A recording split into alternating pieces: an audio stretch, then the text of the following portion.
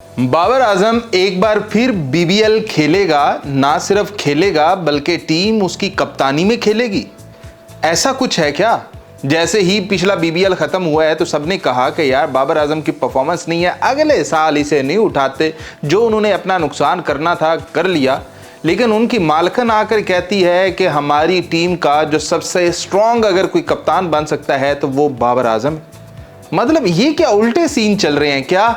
कि जैसे ही बाबर आजम ने पीएसएल की ट्रॉफी जीती है उससे बाबर आजम का कद कहीं बड़ा हो गया है कि बाबर आजम एक प्लेयर से बढ़कर एक वो कप्तान बन गया है जो कि अपनी टीम को चैंपियन बनाता है। तो ऐसा होगा कि स्मिथ जिसने सिंगल लेने से इनकार किया था, अब बाबर फैसला करेगा कि उसे टीम में रखना है या नहीं, उसने आज का मैच खेलना है या नहीं, फिर उसे इंजर्ड कर दें या क्या।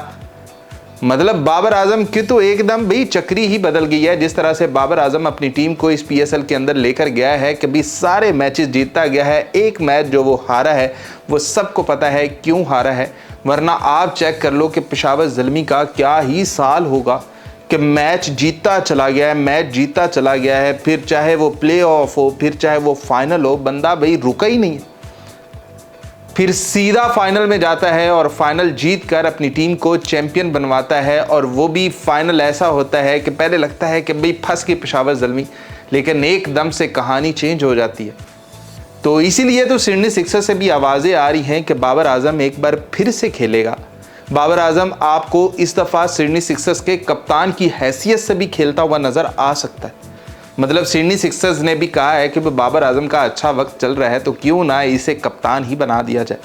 तो अभी तो बाबर आजम की शुरुआत हुई है, अभी बाबर आजम ने ये अचीवमेंट्स समेटनी है। थोड़ा सा डिले हो गया, बाबर आजम को ये वाली अचीवमेंट जो है वो 2 साल 3 साल पहले मिल जानी चाहिए थी, तो बाबर आजम का कॉन्फिडेंस लेवल ही और होता। जब बाबर T20 वर्ल्ड कप के फाइनल में बैठा हुआ था ना, वहाँ वो फाइनल अगर बाबर आजम जीत जाता तो भैया कहानी ही कुछ और होती थी, बाबर आजम का कॉन्फिडेंस ही कुछ और होना था। लेकिन अब भी जो पेशावर ज़ल्मी के कोच ने उसे बताया है कि तुम समझो कि तुम क्या हो, तुम बाबर आजम हो। तो उसके बाद बाबर आजम वाकई बाबर आजम लग रहा है। लेकिन ये पहला टेस्ट जो है ये इंजरी के बाहिस नहीं हो सका। पता नहीं ये इंजरी कहाँ थी कि बाबर आजम को हम टहलते हुए देख रहे हैं। बाबर आजम जो बाहर बैठकर कप्तानी वाली सीन कर रहा है कि आवाज़ें इधर से भी आ रही हैं कि बाबर आजम कप्तान है या शान मसूद कप्तान है, कि नुमान अली को वो अपने पास बुलाता है और आकर कहता है कि भाई ऐसे नहीं ऐसे बॉलिंग कर। कभी अब्बास को समझा रहा है, कभी नुमान अली को समझा रहा है। मतलब कप्तान तो ग्राउंड में है ना, तो ये बाबर आजम बाहर बैठकर किस चीज़ की इंस्ट्रक्शंस दे रहा है। तो कहीं फिर से तैयारी तो नहीं हो चुकी हुई कि बाबर आजम टेस्ट का भी कप्तान, ओडीआई का भी कप्तान और T20 का भी कप्तान।